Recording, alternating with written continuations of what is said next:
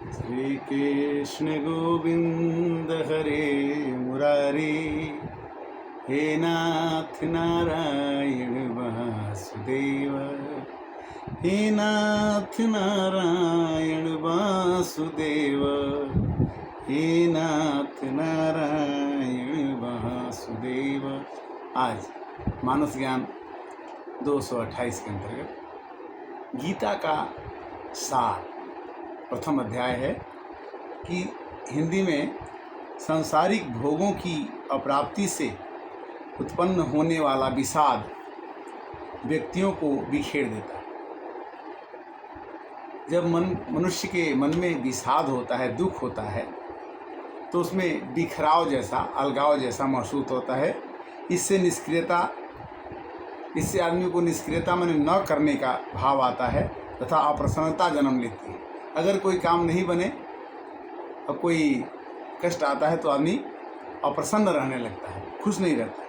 इसलिए विषाद युक्त व्यक्ति जिंदा लाश की तरह से होता है।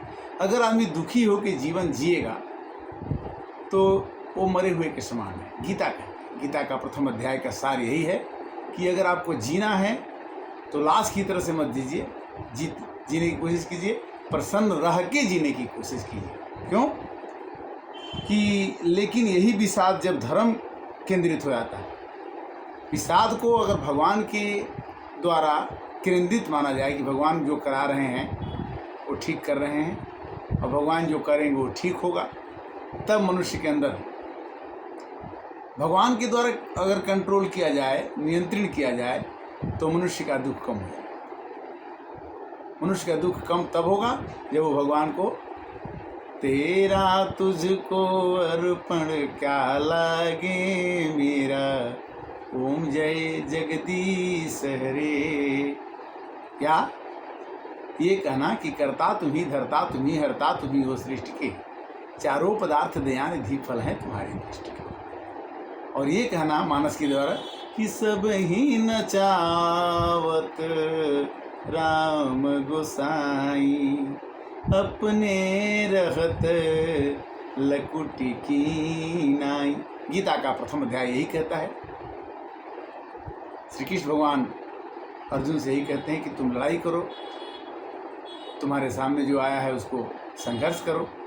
अर्जुन कहते हैं कि मेरे को कुछ नहीं चाहिए, मैं किसी से संघर्ष नहीं करूँगा। तो वो भगवान कहते हैं कि तुम्हारी कोई बड़ाई न करेगा, तुम्हारी अपमान करेगा, वो अपमान करना मरने हुए के समान है।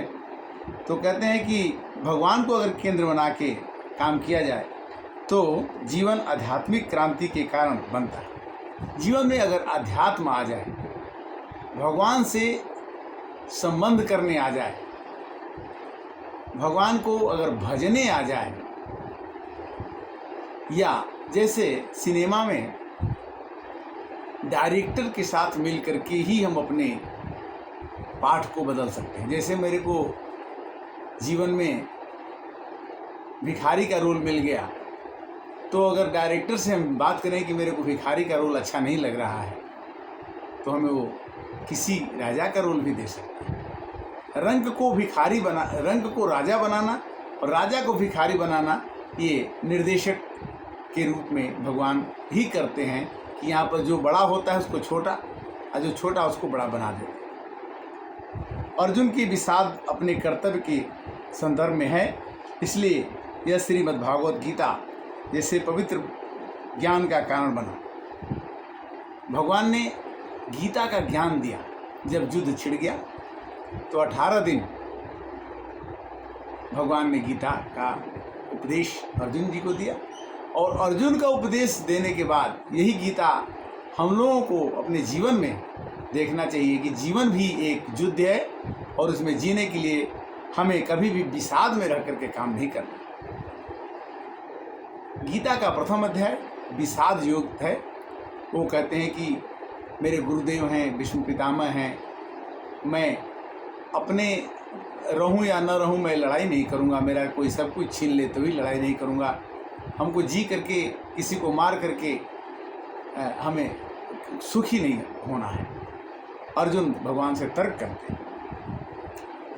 गीता ज्ञान में अर्जुन को जीवन का परम सत्य स्वीकार करने की क्षमता दी जाती है। भगवान कहते हैं कि सत्य को स्वीकार करो। सत्य क्या है कि तुम करता नहीं हो, तुम्हारी आँख है, नाक है, कान है, मुंह है, सब ये एक मन द्वारा केंद्रित हैं। मन उसको कंट्रोल करता है, नियंत्रण करता है। उसी तरह से जीवन का हर एक काम भगवान केंद्रित करते हैं। यही स्वीकृति कृष्ण के शब्दों में सच्चा योग है। मनुष्य को योग में ही रह करके काम करना होता। गीता का दूसरा अध्याय का सार यह है कि सांख्य योग में अध्यात्म का गणित प्रतिपादित होता है। सांख्य योग में कोई कहता है कि मैं तो साधु बन जाऊंगा और मुझे कुछ नहीं करना पड़ेगा। नहीं, साधु बनने पर भी आपको काम करना पड़ेगा, खाना खाना पड़ेगा, जीवन के कार्यों को करना पड़ेगा। साधु बनने से आप कर्मों से वंचित नहीं रह सकते। सांख्य योग में अध्यात्म का गणित प्रतिपादित होता है। सांख्य योग को ही ज्ञान योग भी कहा जाता है। अगर सांख्य योग में हम जाते हैं तो हम ज्ञान योग की चिंता करते हैं कि हम ज्ञानी बन जाएंगे, और भगवान गीता में ज्ञान को बड़ा महत्व दिए थे। जो ज्ञानी होता है उसको सभी चीज़ों का धीरे धीरे पता लगता है, और ज्ञान योग में सब कुछ अच्छे कर्म और बुरे कर्मों का नाश हो जाता है। आदमी फिर स्वतंत्र हो जाता है। गीता उसे त्यागी बना देती है। इसमें कुछ करने की बात नहीं कहेगी। सांख्य योग में न परिवार की चिंता है, न संसार की चिंता है। आप भगवान को भजते रहिए, अपने रोज का गृह कार्य कीजिए। इसका केंद्रीय विचार जानना है। कर्म द्वारा अप्राप्त की प्राप्ति होती है। कर्म करेंगे तो हम जो नहीं प्राप्त करते हैं उसको प्राप्त हम कर लें। और गीता में भगवान ने कहा कि कर्मणेवा अधिकारस्तु, दूसरा अध्याय, कर्मणेवा अधिकारस्तु मा फलेषु कदाचन। तुम कर्म करने के अधिकारी हो, फल पाने की अधिकारी मैं चाहूँ तो फल दूँ, नहीं तो नहीं दूँ। क्योंकि भगवान उसको जानते हैं कि कौन किस भाव से काम कर रहा है। काम तो सभी कर रहे हैं। कर्म द्वारा अप्राप्त की प्राप्ति होती है, जिसके फिर बिछड़ने जाने की 100% संभावना है। हमने कर्म करके 100 रुपया कमाया तो 100 रुपया वो बचा रहेगा जीवन भर, ये नहीं हो सकता। हमने कर्म करके घर बनाया, वो घर में 200 वर्ष रह जाए, ये ऐसा संभव नहीं।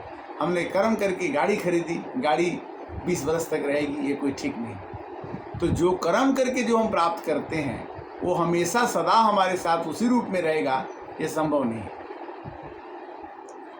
अप्राप्त होने के बाद फिर अप्राप्त हो जाता है, जबकि शाश्वत ज्ञान के बाद इसके दूर होने का भय नहीं रहता। अगर मनुष्य को ज्ञान हो जाए सांख्य योग में कि संसार कुछ नहीं है, तो वो किसी भी चीज़ के, परिवार का, रिश्ते का, किसी भी भौतिक चीज़ों का ध्यान नहीं रहता। क्योंकि जो सदैव प्राप्त है उसका बिछड़ना कैसे? भगवान सदैव प्राप्त हैं, वो बिछड़ नहीं सकते आप। श्री कृष्ण गोविंद हरे मुरारे, हे नाथ नारायण वासुदेव, हे नाथ नारायण वासुदेव, हे नाथ नारायण वासुदेव। कहते हैं कि जो प्राप्त है वो समाप्त हो सकता है। गीता का प्रमुख संदेश सांख्य योग है। कर्म योग करते करते मनुष्य सांख्य योग में लास्ट में उसका जब समय आता है तो सांख्य योग में कहता है कि मुझे भगवान से मिलना है, भगवान का भजन करना है, क्योंकि अंत ही तू ही तजेंगे पामर तू न तजे वही ते मन पछतई है अवसर भी। तुलसीदास जी ने कहा कि मन पछतई है अवसर बीते, क्यों? पाके केस जन्म के साथी, ज्योति गई नैनन से, ममता तू न गई मेरे मन से। ए ममता, काम क्रोध मद लोभ स्व, नाथ न रख के पंथ, ते परिहरि रघुबीर ही, भजही बजही जे संत। काम को, क्रोध को, लोभ को, मद को त्यागने के लिए गीता का शरण लेना पड़ेगा। कर्म तो करना है, किंतु कर्म करते हुए भगवान को अर्पित करके कर्म करना है। क्योंकि ज्ञान द्वारा ही कर्मों की प्रतिपाद सहज रूप से, अगर आप ज्ञानी होकर के कर्म करते हैं तो उसका प्रतिपादन आप अच्छा से। ज्ञानी मनुष्य जो है, जो भी काम करेगा, अच्छा काम करे, छोटा काम करे, बड़ा काम करे, उसके काम करने की कला ही अलग होती है। ज्ञान की महिमा ही अलग है। ज्ञान के पंथ कृपान के धारा, अपरत खगेश हो ही नहीं बारा, बिना किसी आसक्ति और अहंकार के होता है। अगर आपके अंदर ज्ञान हो जाएगा तो आप अहंकार नहीं कर पाएंगे काम करने के बाद कि मैंने किया। अगर आपके अंदर ज्ञान हो जाएगा तो आपके प्रति आसक्ति नहीं रहेगी, जो मैंने कर दिया वो हमेशा ही रहेगा। वो बिगड़ भी सकता है, बन भी सकता है। हानि लाभ जीवन मरण जस जप जस विधिहात, सुनहु भरत भावी प्रबल बिलखी कहेऊं मुनिनाथ। हानि लाभ जीवन मरण जस जप जस विधिहात। श्री कृष्ण भगवान ने इस योग को परम शांति योग कहा है। ये गीता का अध्याय 2 हमने आपसे सुनाया और इस तरह से गीता का अध्याय 3 और 4 सारांश के रूप में वर्णन करेंगे। भगवान की कृपा है, भगवान की अति कृपा है, जिसके कारण से ये मन में भाव जगते हैं। ये मनुष्य का शरीर एक खेत है, इसमें भाव उत्पन्न होते हैं और यही भाव जब उत्पन्न होते हैं तो इस खेती को इसमें फल लगता है और जब फल लगता है तो उस फल से कितने लोगों का जीवन चलता है। क्या जाने कौन सा ज्ञान किसको लग जाए और मनुष्य क्या से क्या बन जाता है। ज्ञान की बड़ी परिकल्पना है।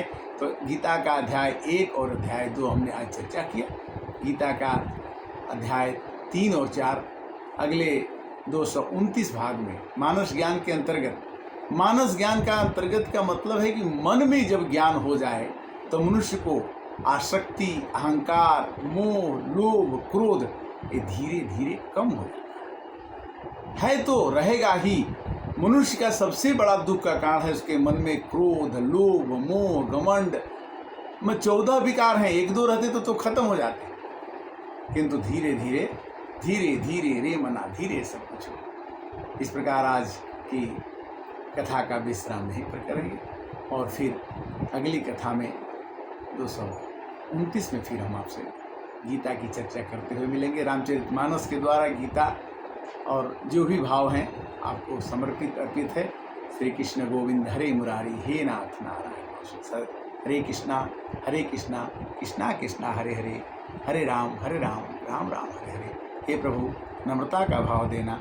हरे कृष्णा।